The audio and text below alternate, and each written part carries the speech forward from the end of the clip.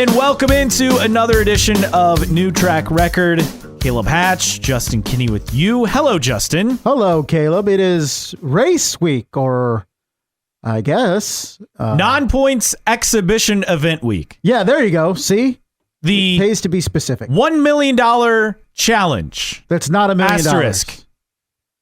So coming let me up get this straight. weekend. So the original idea of the $1 million challenge was the driver would get paid $500,000. Yes. And a thermal member that partnered with a driver got $500,000. Correct. But they scrapped that part, which makes me think that not enough people were interested in partnering in this race, which kind of goes towards the narrative of this maybe not going the way they initially thought it would. But hopefully we have an entertaining main, I guess is what we're calling it, from the heat races. At least IndyCar's trying something new. It will be fascinating to watch what goes right, what goes wrong this week, but we're here to preview all of it here on New Track Record. Yes, so we have Thermal, of course, coming up this weekend. We're recording on Friday, March 22nd, Friday morning, so open test probably going on if you listen this early afternoon on Friday while you listen. So we have that for you. Also, huge news. Let's not discount this. When they talked about some big announcements coming in the offseason, I'm sure this is one of the ones they were teasing. And IndyCar, in 100 Days to Indy Season 1, is going to a prominent streaming platform. If you missed this, so we'll get to that later this episode as well.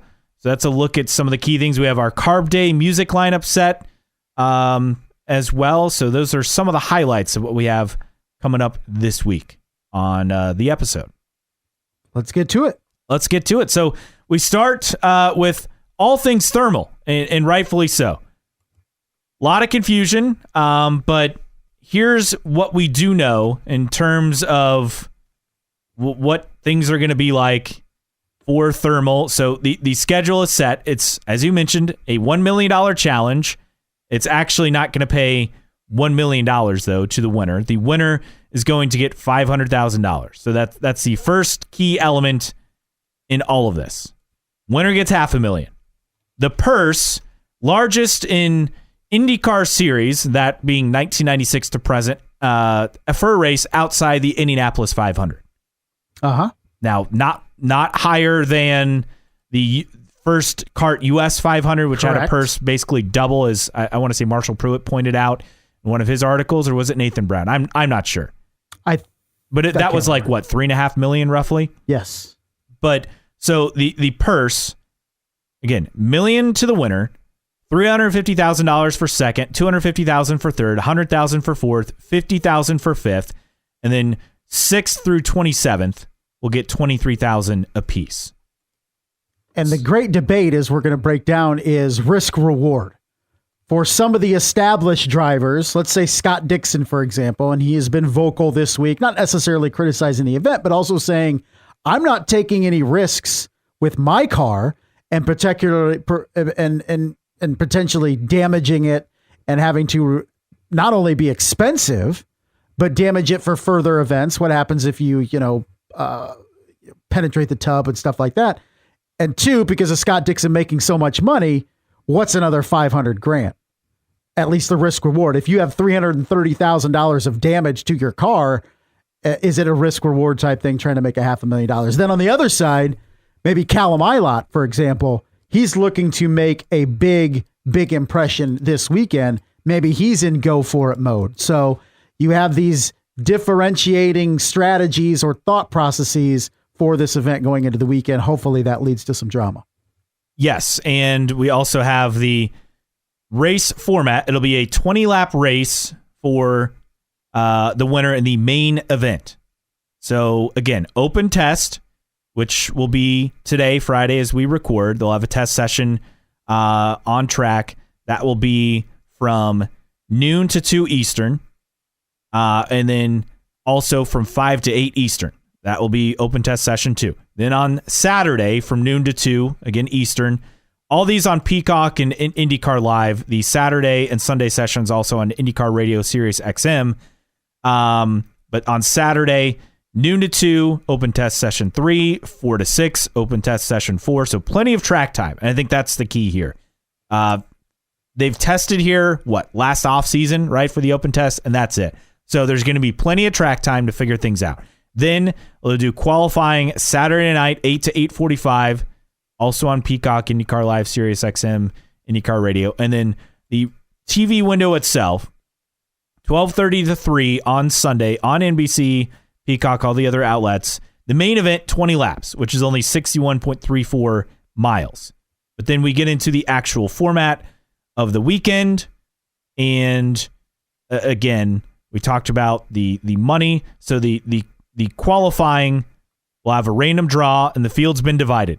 And the field is certainly divided when you look at how the random draw has fared. So this is insane. Group 1 for qualifying. Joseph Newgarden, Scott McLaughlin, Will Power, Scott Dixon, Colton Herta, Kyle Kirkwood, Christian Lundgaard, Felix Rosenquist, Rinus VeeKay, Romain Grosjean, Augustine Canapino, Santino Ferrucci. Remember Nolan Siegel making his debut with Dale Coyne Racing, and Stingray Robb. That's group number 1. Group number 2, mind you, Alex Palou, Marcus Armstrong, Linus Lundqvist, Kevin Simpson, Pato O'Ward, Alexander Rossi, Callum Ilott. So all 3 McLaren cars in Group 2. Marcus Ericsson, Graham Rahal, Pietro Fittipaldi, Tom Blomqvist, Christian Rasmussen, and Colin Brown. Colin Brown, again, getting that second opportunity. We don't know who's in that seat after Thermal in the Coyne car.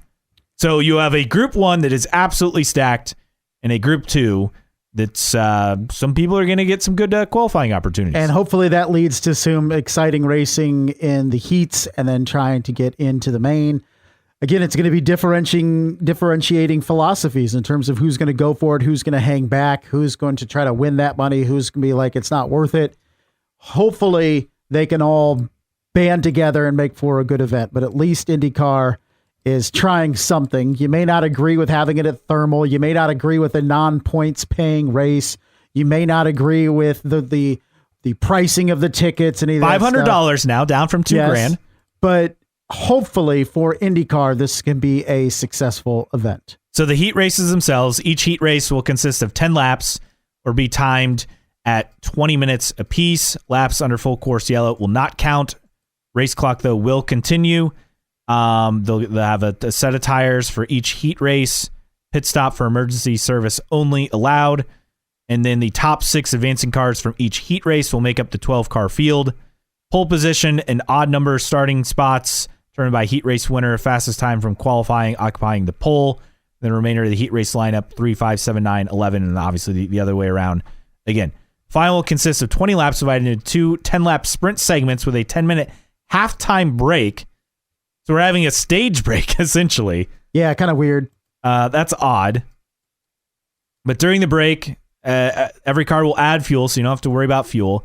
They can adjust front and rear wing angles and wickers, adjust tire pressure, and attend to the driver. All rules from the heat races. Time limit does not apply. The 40 seconds of push to pass will be reset after the halftime. So 20 laps isn't going to be long enough to go on one fill. Tires used during the heat race will be the replacement tire for the final if needed and approved by IndyCar. I think something at least is easy to criticize before what we'd like to see without it playing out is just have 120 lap main and you have to pit once somewhere because that brings in a little bit of strategy to it. If the yellow comes out on lap 2, for example, do you pit under yellow then and then try to extend your tires and whatever until the end? Or do you stay out and anticipate another caution? And if it goes 20 laps of green, then it puts a lot of pressure on your pit crew to get in and out. Maybe that's a change we'd see in year 2. I don't necessarily like the halftime, the stage break effectively. Why don't you just make it a 20-lap sprint? Everybody has to pit once for tires and fuel and see what happens. And the other thing is at least, it's a 3-mile course they're utilizing. So at least we're talking about a track it's big. It's big, right? This is not a small track. But I'm curious to see how this will work.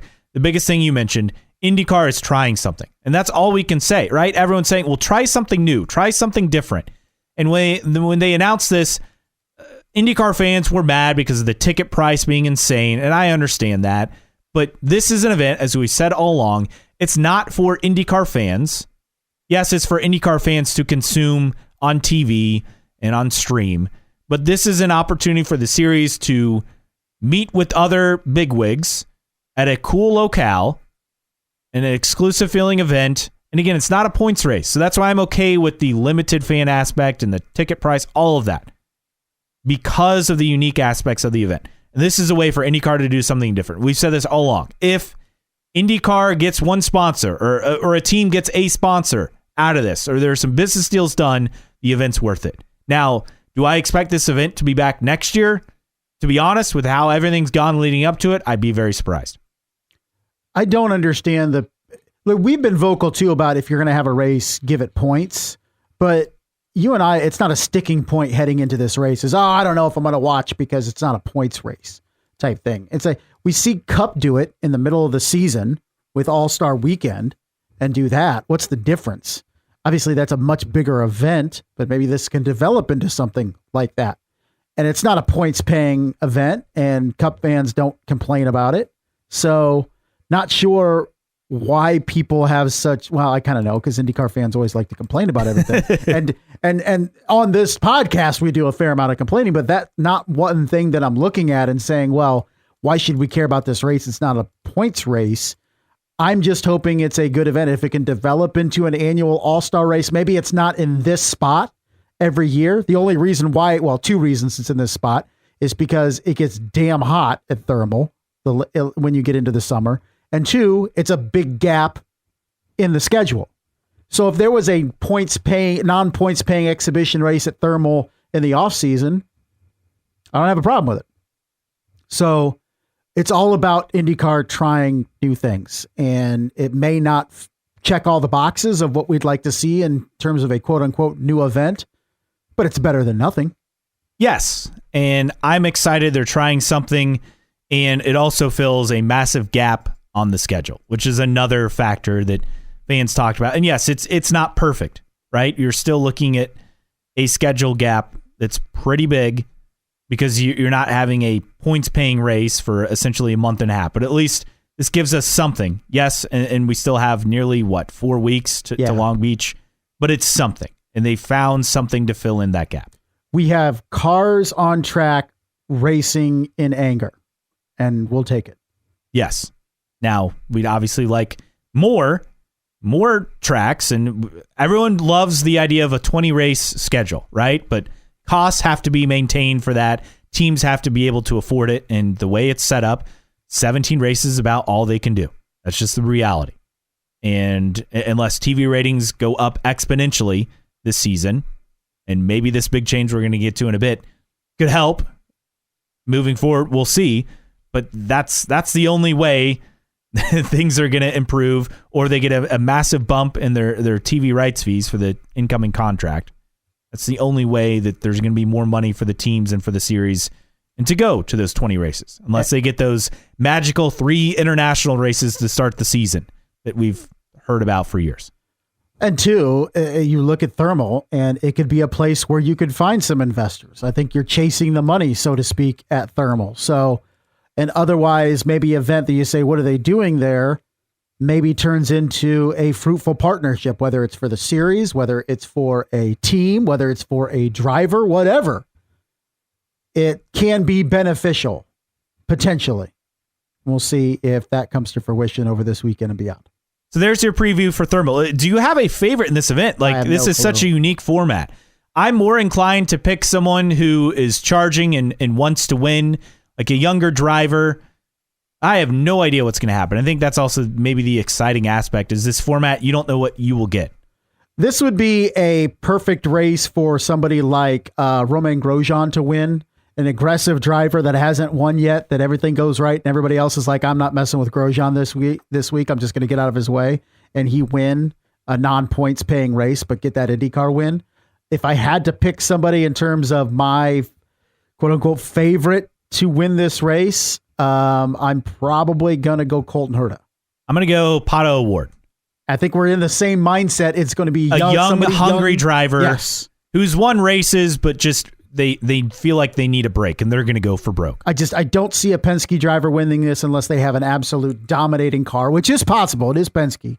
But if it gets squirrely, I don't see Newgarden or McLaughlin or Power kind of playing that game or wanting to play that game. Same with Ganassi drivers outside of maybe a couple of their young guys. But I think you look at a Herta, you look at a Palou, you look at a Pato O'Ward maybe as somebody. I think Award or Pato O'Ward Alex Palou is kind of a guy too that thinks young in terms of going at it. I could see him doing that. But some of the veterans, especially if they don't qualify well, they're not going to care. Qualify from the heat for the main, aren't going to care.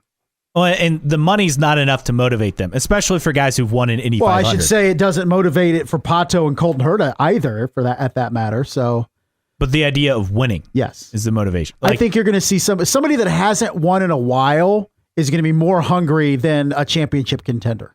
Which, you know what's going to happen? It means Alex Palou, Scott Dixon, or Joseph Newgarden are going to win.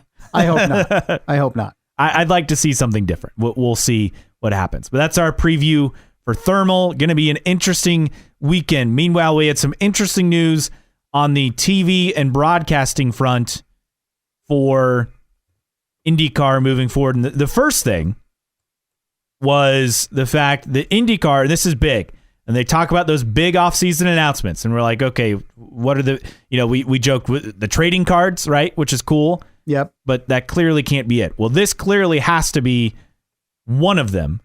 And that's the fact that 100 Days to Indy is headed to Netflix April 4th. Also, the complete first season available now globally on Paramount Plus and the CW app. That's big.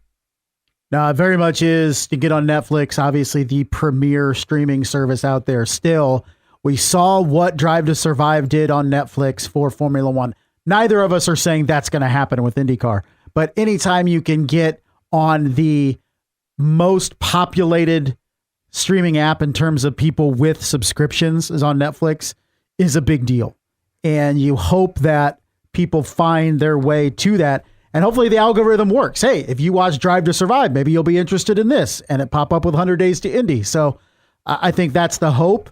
And anytime you can put your product in front of more eyes, we talked about it with, going from NBCSN to regular NBC and being on potentially, if you went to Fox, FS1 over USA, for example. Think of it this way. You're better off being on Netflix than you are Paramount Plus, or Paramount Plus better than the CE or CW app or whatever it is. So Netflix is the creme de la creme when you talk about streaming services, and hopefully it gains some traction there. 100 Days to Indy. And I hope too that season 2 of 100 Days to Indy would find its way to Netflix quicker now that the first season is on there. Now, as far as a comparison by streaming services by subscriber count, and this was an article I think posted earlier this year. So Netflix is number one, far and away. Yes. And they have over 260 million subscribers. What is it, Hulu next? Or Prime? Amazon Prime is next. Then I'll say they have just Disney? over 200 million. Then you get to Disney Plus, over 150 million is third.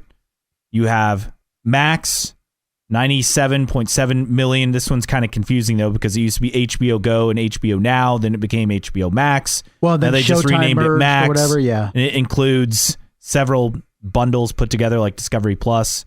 Paramount Plus, 67.5 million. So still healthy audience, but you're going from this reaching 67.5 million to 260 plus million. Yeah, it's a 4-time jump at least from going from Paramount Plus to Netflix. So Big that's deal. how big this is for IndyCar. Now, will people latch on? Who knows? But anytime there are new sports categories, right? Sports fans love sports content on streaming services, and they especially love documentaries and limited run series, right? I love watching that stuff. No, me neither. Or me too. So hopefully, I mean, this is a big boost to IndyCar to be on Netflix, and hopefully it finds itself to a fair amount of folks that otherwise wouldn't watch it. So this checks the box of one of those big announcements on the horizon. Yeah. The trading cards were cool. I don't think that was a big announcement on the horizon. I think we liked it, but it's not big. It's not transcending the sport. I don't know if this transcends the sport, but it puts it in front of a multitude more of eyes than otherwise would see it. And then maybe another big announcement on the horizon, the latest TV contract, which Mark Miles is hopeful as far as an increase in rights fee. The field is narrowing and the NBC deal expiring, and an interesting move announced by NBC the other week after we recorded our episode, of course, recorded early last week, and certainly raised some eyebrows. And that's the fact that Lee Diffey is going to be on the move. Lee Diffey will switch to the NASCAR booth for part of 2024. He'll take over as lead announcer for Cup races in the weeks after the Olympics break. Interesting, because we were one of the first to notice this, to see it, and tweeted it out, and you immediately start thinking he's not doing double duty. He's going to be gone from IndyCar. Maybe on rare weekends where Cup isn't doing anything. You wonder maybe next year, does he do the 500? But, he would. He'll be able to do the first half of the season, right? Yes. Next year. But who steps into that role for Lee Diffey? My thought immediately went to Kevin Lee, who has done Indy Next races the last couple years. He's stepped in in a pinch and done stuff. I would think he's maybe the natural choice. I think he's the most qualified currently in the broadcasting realm with NBC, that currently does IndyCar races. But do they look outside? I don't know, but this is a very interesting development, because IndyCar is going to have to find somebody to fill that seat. And say what you want about the booth, it does have a good chemistry in there with the 3-man booth.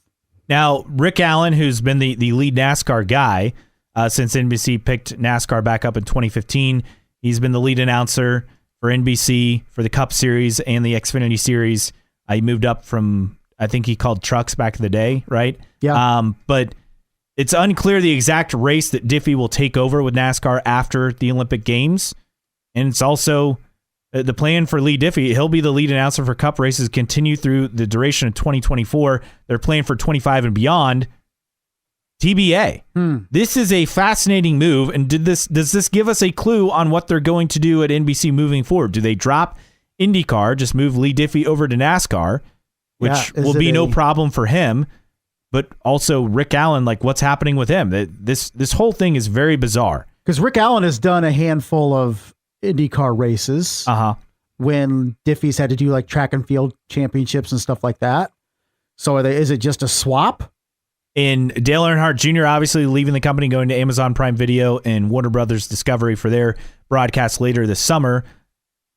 Well, I don't know what's going on, but this basically, to me, shows that IndyCar is going to Fox Sports. There are certain signs that NBC is cutting back on its motorsport investment. The Dale Jr. was one thing, and it was a big thing because Dale Jr. is a big draw. And it was questioned why NBC would let him walk. Well, are they cutting back on their investments in motorsports and maybe only going to do NASCAR?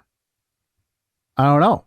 Could this be a tryout for potentially permanent assignment for Lee Diffey to NASCAR?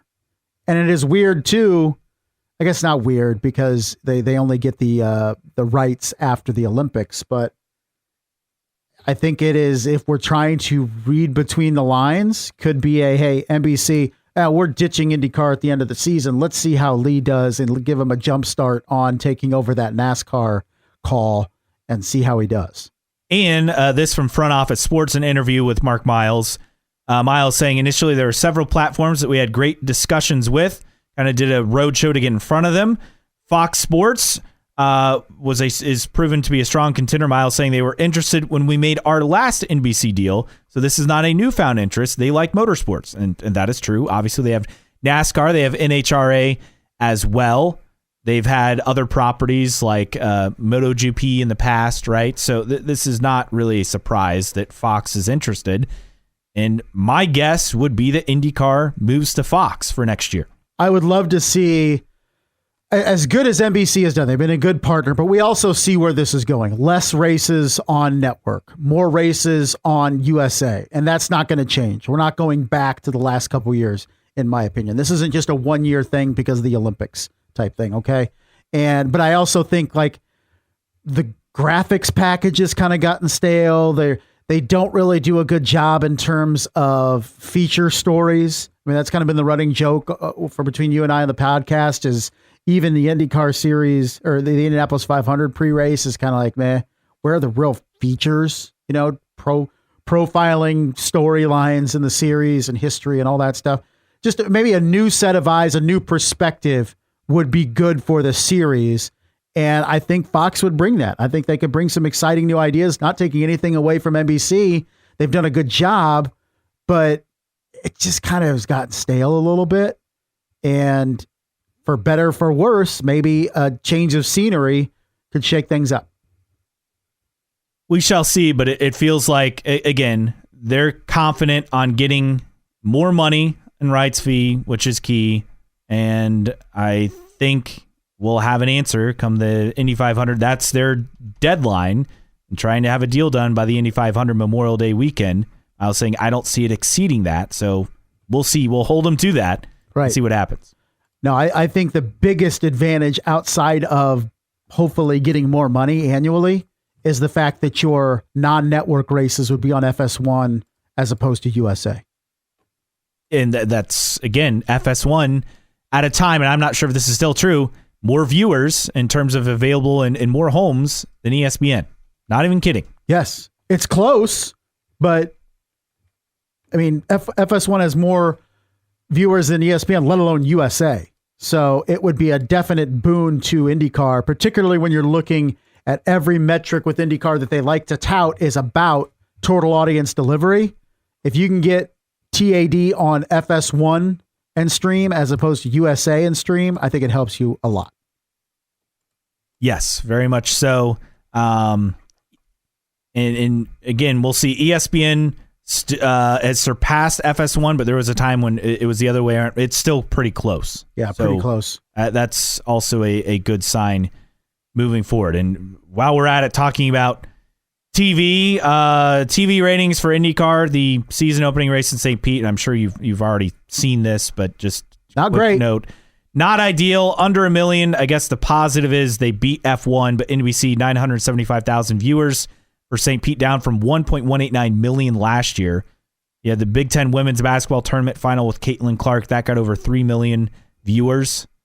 But IndyCar did beat F1. Granted, F1 was on a Saturday, IndyCar on a Sunday. Yeah, I hate the comparison. F1 was also on ESPN. Yes. As opposed to it's not a good comparison. Television. And two, I just continue to get annoyed by it was against Caitlin Clark. I mean, Bristol was up 10% against conference championship games and stuff like that in college basketball. So I hate that always excuse. Quite frankly, it was a bad rating. Anything you're under 1 million, especially to start your season, is bad. And it wasn't a good start for IndyCar. When you look at, they're going to have to make up some ground with network races because they have more races on USA this year. It wasn't a good start at all. Not at all. So those are a look at some of the key things to come down over the course of the week. And again, Callum Eilat, as we mentioned, filling in for David Malukas again. And this is his opportunity, and MarshallProToRacer.com basically throwing out there, this is his a chance. You know, if he does well this weekend, does he get a contract offer for next year? Would not be surprised. No, me neither. So that's what we talked about. A big weekend for certain drivers, not so big for others. For him, it's a big weekend. Very much a big weekend. Also, one other silly season note. RC Enerson, we thought they were all ready to go with Able Motorsports. Well, MarshallProToRacer.com reporting they are ready to go if they get a primary sponsor. Otherwise, a few names waiting in the wings for that 35th entry. Charlie Kimball, Stephen Wilson, Devlin DiFrancesco have been mentioned. And again, not likely that Enerson and Able Motorsports will be at the open test coming up here as well. Yeah, I think there's going to be a lot of, we talked about Enerson and if this gets patched together and all this, it just feels like if you're going to do it, make sure you have all your ducks in a row. Like if you miss the open test, what's the point? So I think that's going to be a deadline, hopefully a self-imposed deadline. If you can't take part in the test, then what are you doing? You're probably going to be one of the two that gets bumped. We'll say this. They made the field with ease last year. That is true. And RC Enerson going to be racing at COTA this weekend. That's where Cup is, right? Or NASCAR Yes. So you will be with SS Greenlight Racing coming up this weekend. So opportunity in the Xfinity Series for RC Enerson, Lucas Oil School of Racing, which is his dad runs that, the sponsor on the car. Yeah, we'll see how he does there around the track at COTA, Circuit of the Americas. Plenty to get to in the mailbag. We'll get to that in a bit. But first, if you agree or disagree with us, we'd love for you to interact with us. You can always find us at newtrackrecordpodcast.com. While you're there, check out the store. We have t-shirts and stickers for sale. Also, you can sign up for the email list. It is free. We'll send emails after every episode. And also, for any special announcements as well, you can follow the podcast on social media, IndyCar Podcast on Instagram, on Twitter /X, on Facebook. Just search for New Track Record. You can also email us, newtrackrecordpodcast@gmail.com. And you can support us via Patreon, patreon.com/New Track Record. Thanks to Xavier and others for their support, starting at just $1 a month. And as always, listen in and download the podcast for free on your favorite podcasting platform, Apple Podcasts, Spotify, Amazon Music, Overcast, Castbox, or wherever you listen to podcasts. Again, all for free. Time to get to the mailbag. We actually have quite a bit this week. Let's go. What do we got in the mailbag? So we start things off and go back further and further. It's weird, right? Because we're recording a week and a half later. Yes, we did an early show. An early show last week, so getting things caught up at the moment, and several people caught off guard, right, by the early episode last week. But here we are. So we kick things off in the mailbag. We had the early St. Pete recap. And let's get to our first message. Someone, this is from Beans B Card blog. I don't know that people turn off races in the middle, but it can't help matters that the race was pretty boring. Talking about St. Pete. Not good on the ratings department. It wasn't a good race. It wasn't a good start to the season. I know some people were like, well, they need to have more exciting race to start the season. Traditionally, St. Pete is pretty exciting. Hopefully, this is just an exception. But as you brought up before we started recording, the problem was the tires. And if the car's not changing until what we think mid-Ohio, and it's still going to be lighter than what it's supposed to be, and the tires are still being built to handle the heavier car, I guess our question is, what changes over the next 6-7 races? Is it going to be processional everywhere because of the same issue? If tire wear is not going to be a factor, and it will be on ovals, right? So you don't have to worry about that as much. But if you have the Waioli green tire and the primary black tire, and there's not much fall off, that doesn't help the racing product. No, not at all. And we had one stinker. Hopefully it doesn't lead to multiple stinkers. Someone else pointing out, because_race, someone needs to call out the fact the race was shortened by 10 laps to slot in TV times. It's led to a boring 2-stop fuel save race instead of a 3-stopper that provides more action and different strategies. Yeah, you got to figure out the lap count. RacerMac RTP1 said, it's a usually unentertaining street race. Glad, though, that the gauge attendance was up. And Hunter's Way 67, NBC has thrown in the towel. Hopefully this is a wake-up call to RP that he needs to invest in the series in terms of marketing, promotion, and new car engine ASAP.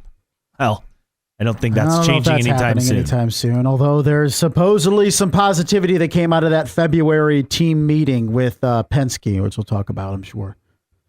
I'll believe it when I see it. There's always positivity, right, after a meeting, yeah, but after a meeting, it's especially a come to Jesus type meeting that we had in February, based per Marshall Pruitt. But does anything come out of it? We'll see. People comments on Lee Diffey getting the switch to NASCAR. Jeff Cerneski says, I think that may show the direction the TV talks are going. Absolutely. NK Harden saying, anytime IndyCar has anything nice, NASCAR comes in and says, it's a gift, basically stealing some food. Brian Burdick with this from Sig Domer. the classic office gif with the no from Steve Carell. Richardson Roa said, Fox Sports, here we come. Fully agree. Luke BS37, if we lose Diff for IndyCar. Yeah, I like Diff. I know he can be polarizing for people, but I like him. This is a loss, if that is the case. Absolutely. I don't know how to frame it any other way. Definitely. And it seems like people said, Fox Sports, here we come. Callum Ilott, obviously getting the ride this weekend. Hunter's Way 67 saying, Lucas and Rossi got to be feeling the pressure for sure. McLaren don't mess around. Yeah, I mean, I'll be honest. If Ilott does anything this weekend, I'll feel pretty confident in his ability to be in that seat next year. I basically said as much. This is just another test for his ride for 25. Especially if neither one of them win a race this year. I mean, the entire team. Talking about Rossi and Malukas. Correct. But, I mean, the entire team didn't win a race. But if you look at Malukas or Rossi, Rossi especially, the fact that he still gets the benefit of the doubt, but man, that dude, without that Indy 500 win, and I'm not taking the 500 win away from him, but it was on fuel mileage, okay? Without that win, is he even in the series now? The Indy 500 sets him apart from James Hinchcliffe. That's about it. And James Hinchcliffe is out of a ride. Yeah. So I look at, of those two, I mean, I think people would quickly say, well, Malukas is the guy. No, I don't think so. I think Rossi is that dude that needs to prove something this year. Needs to win at least one race. I agree, because if he doesn't win a race, I don't see him coming back to McLaren. In fact, the way I look at it, if he doesn't win a race this year, the real question mark is he full-time next season? I know that sounds crazy, and I get that there will be suitors, but at some point, you know, we saw this with Simon Pagenaud, right? Where he had a couple chances, and unfortunately his career was cut short with the concussion, the crash at Mid-Ohio. Right. But do you think he would have been full-time regardless this year? I don't think so.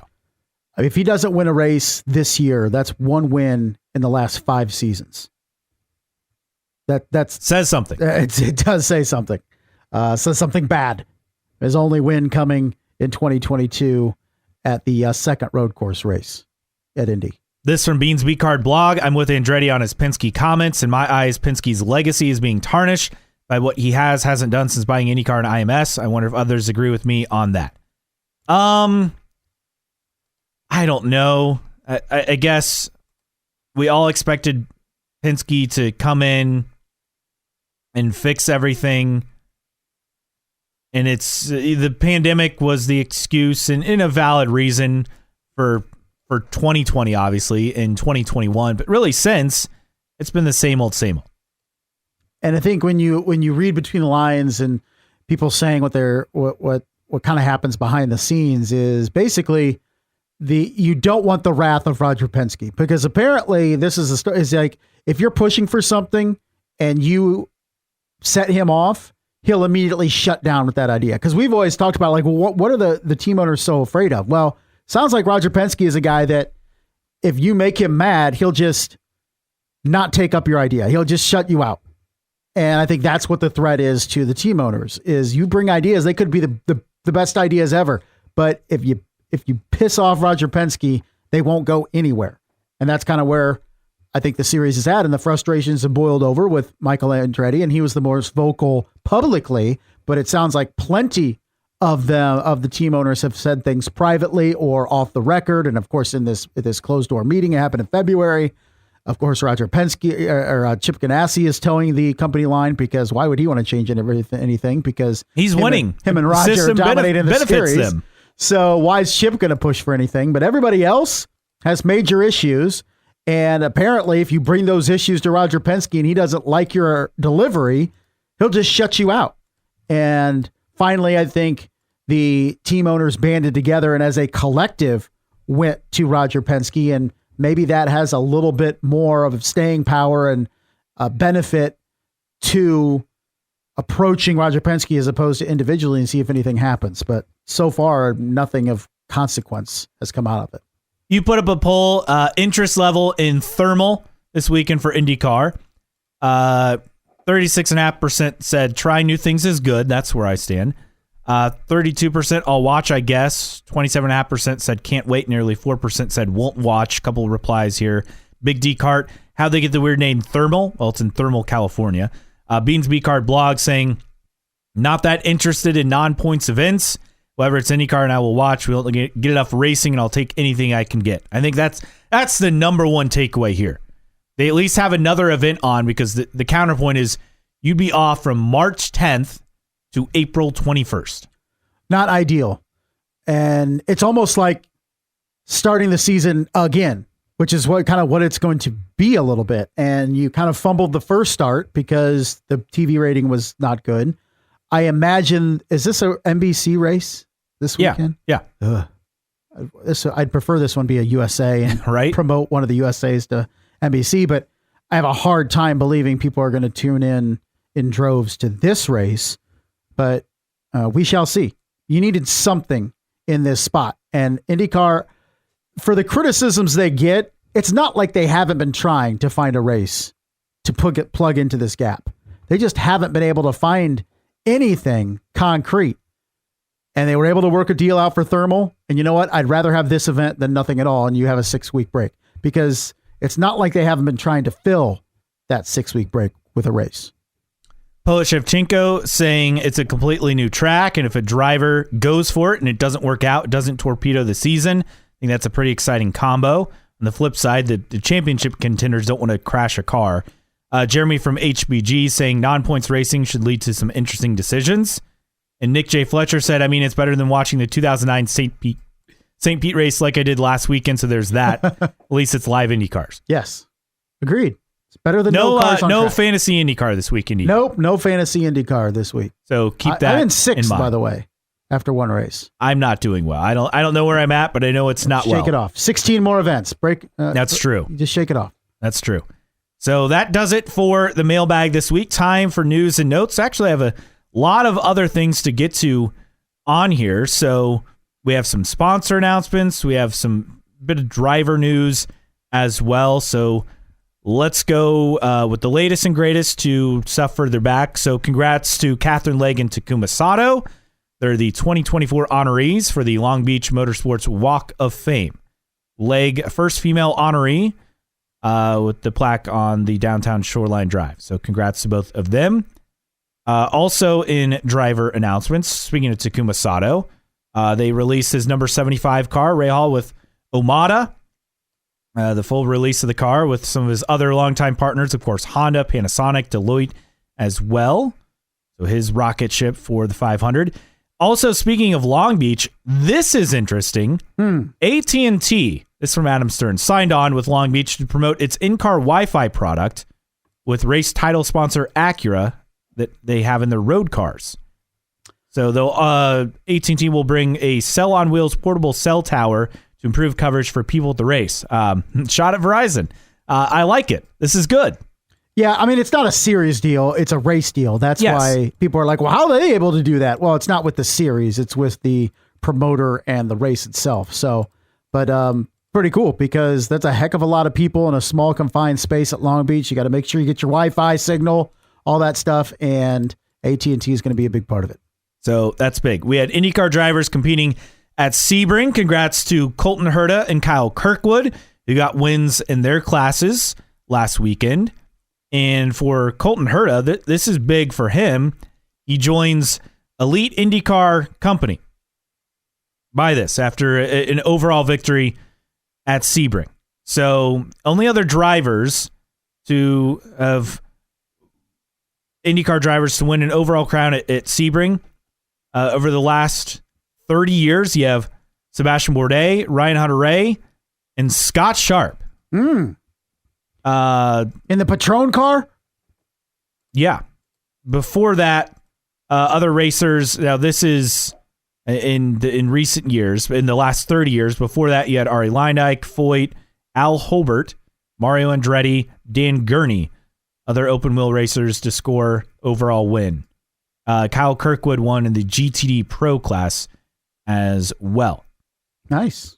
And former IndyCar driver Jack Hawksworth, part of that team. So congrats to them on that, getting some wins, obviously a big deal.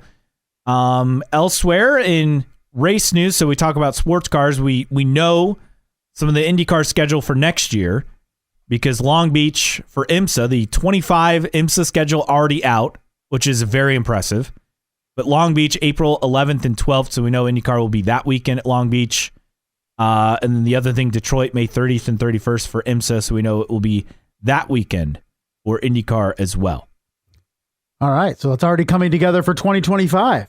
We haven't even had the 2024 race yet. And speaking of 2024 in the IndyCar schedule, the Ontario Honda dealers are the title sponsor of the Indy Toronto event this year. So it used to be Honda Indy Toronto. Now it's the Honda area dealers. Ontario area Honda dealers. Easy for us to say. Yes.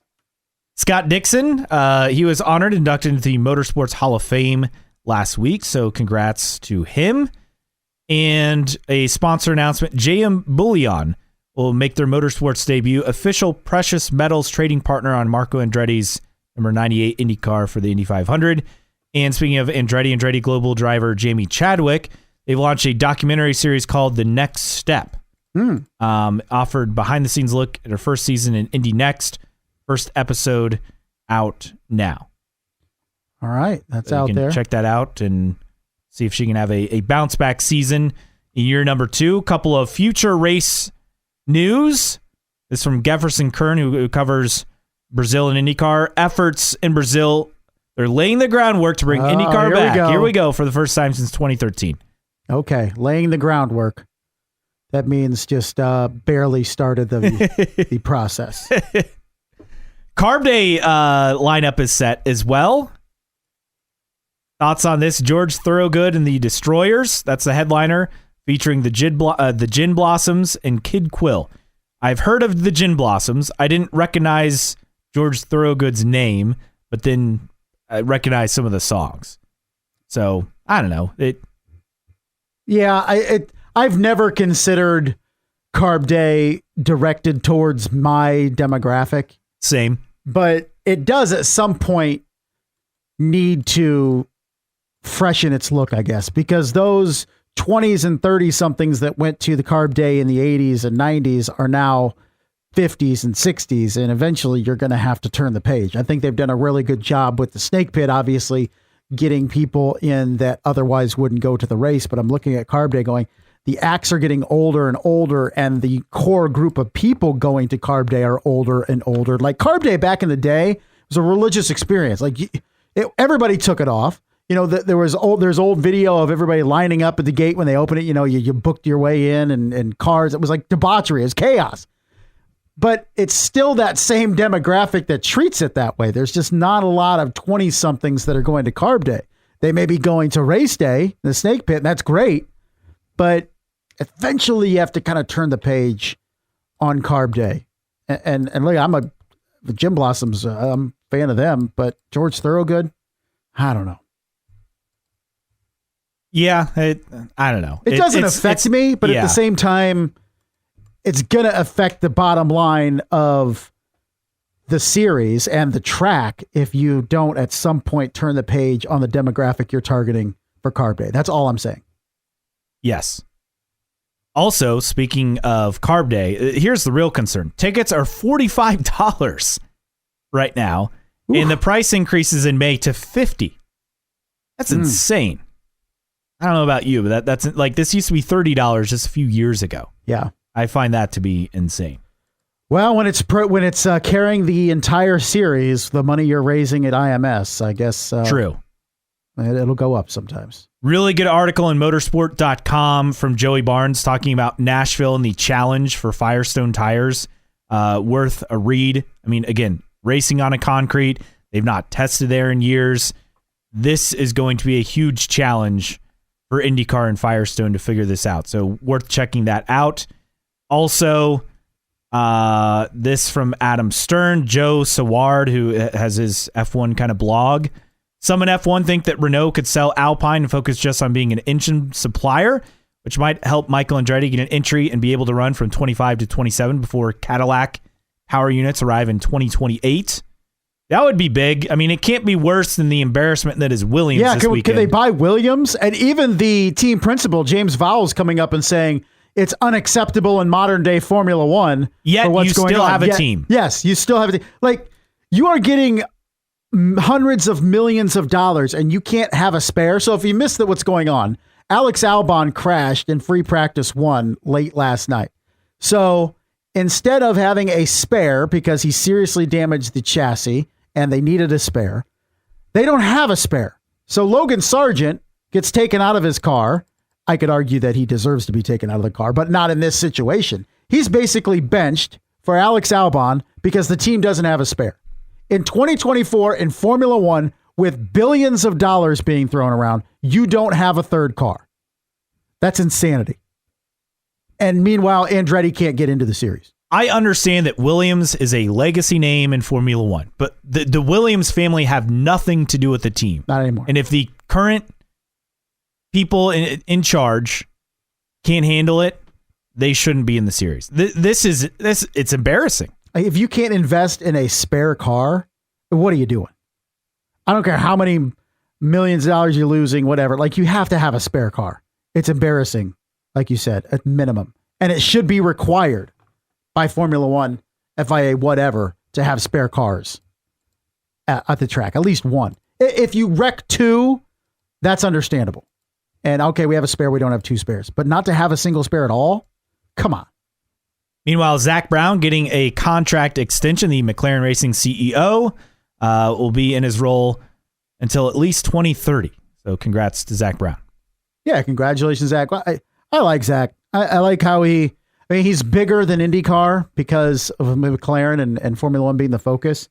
But I like him being the thorn in the side of Chip Ganassi a little bit. You know, I would like to see McLaren have more success because I like Zach Brown. Hopefully it comes this year, maybe. For McLaren, but he's been a worthy addition to the paddock. The team has been a worthy addition to the paddock. It's raised the bar for everybody, I think. Maybe not on track, but financially, definitely. And congratulations to him on the extension. We're just waiting on that invite to go check out McLaren HQ. Yes, without a doubt. All right, no tweets of the week to get to. Anything else we missed, or are we ready for our random split era driver of the week? I think we're ready for our random split era driver of the week. So last week we went IRL. We went with Jeff Bucknam. Maybe we'll go with somebody that is familiar to deep divers like you and I, but maybe not other people. We're going to 2005 in the Champ Car Series and going with Tarso Marquez. Hey! How about that? Actually competed, and I didn't know this, competed in almost as many, I think more, Formula One races than he did in Champ Car, which I found fascinating. I did not know that. He raced, let's see, 26. He started 26 Grand Prix. Or at least No. Grands Prix. Grands Prix, sorry. He entered 26 Grands Prix, started 24 in Formula One. But in Champ Car, kart/Champ Car, he raced portions of 4 different seasons in different iterations of the series. He made his debut in 1999 with Team Penske, finished 14th at Motegi, and was 9th at Brazil that year. He then went to Dale Coyne Racing for most of the 2000 season, had 1 top 10. That was the season finale at Fontana. He was 10th at Detroit as well. Then he was gone for several years. Came back in 2004, 3 races with Dale Coyne Racing that year. And then 2005, one and done at Cleveland. Finished 11th there at the airport circuit. But has done, as I said, Formula One racing. His high finish of 9th a couple times with Minardi in 2001. He also did some Stock Kart Brazil, and most recently did that in 2018. But after he finished up his Champ Car outing in 2005, returned to South America, did TC 2000 in addition to that Stock Car Brazil. Which that's the series that Augustine Canapino did, right? I do believe as well. He caught the eye of Roger Penske in 1999, and when Al Unser Jr. was injured that season, he was the fill-in for him and did 6 races that year. He did 5 races in the Penske PC27 and then did a Lola chassis at Cleveland. But then that was it for his career at Team Penske. Then he got some spot starts, Dale Coyne, after it was almost full season in 2000. So he drove, he said, he drove, this is interesting, whoever wrote this Wikipedia. He drove sporadically in the series in 2000, 2004, and 2005 for perennial minnows, Dale Coyne Racing. Okay. Not necessarily wrong, but, and then it goes into his Formula One. He was actually raced beside Fernando Alonso with Minardi in 2001, and financial difficulties, not always allowing equal equipment for both drivers. He brought no money to the team, was employed under the provision that another driver with more sponsorship money could replace him at any point in the season. That prospect was realized toward the end of the season in 2001 Formula One, when Minardi eventually fired Marquez and thus replaced him with Alex Yoong with 3 races remaining. There we go. So Tarso Marquez. Yeah, I had some starts, but saw some action in Formula One, and when we talk about the guys that Penske finds and turn into big stars, Tarso Marquez wasn't that. He was targeted by Penske. He was a rookie in Champ Car / Kart 1999. It was Kart then, right? 1999? 1999, yeah, would have been Kart. He comes in, replaces Al Unser Jr., only 1 top 10 in 6 starts. He wasn't what Roger Penske thought he was going to be, and then had a lot of starts for Dale Coyne Racing, but never materialized into maybe a star that Penske thought he would be. But still, just 48 years old, Tarso Marquez, this week's random split era driver of the week. And with that does it for us this week as well. We'll be back next week to recap Thermal. I'm sure it'll be a fascinating weekend. No idea what to expect. And we'll talk all about it next week. For Justin Kinney, I'm Caleb Hatch. Thanks for joining us on New Track Record Podcast.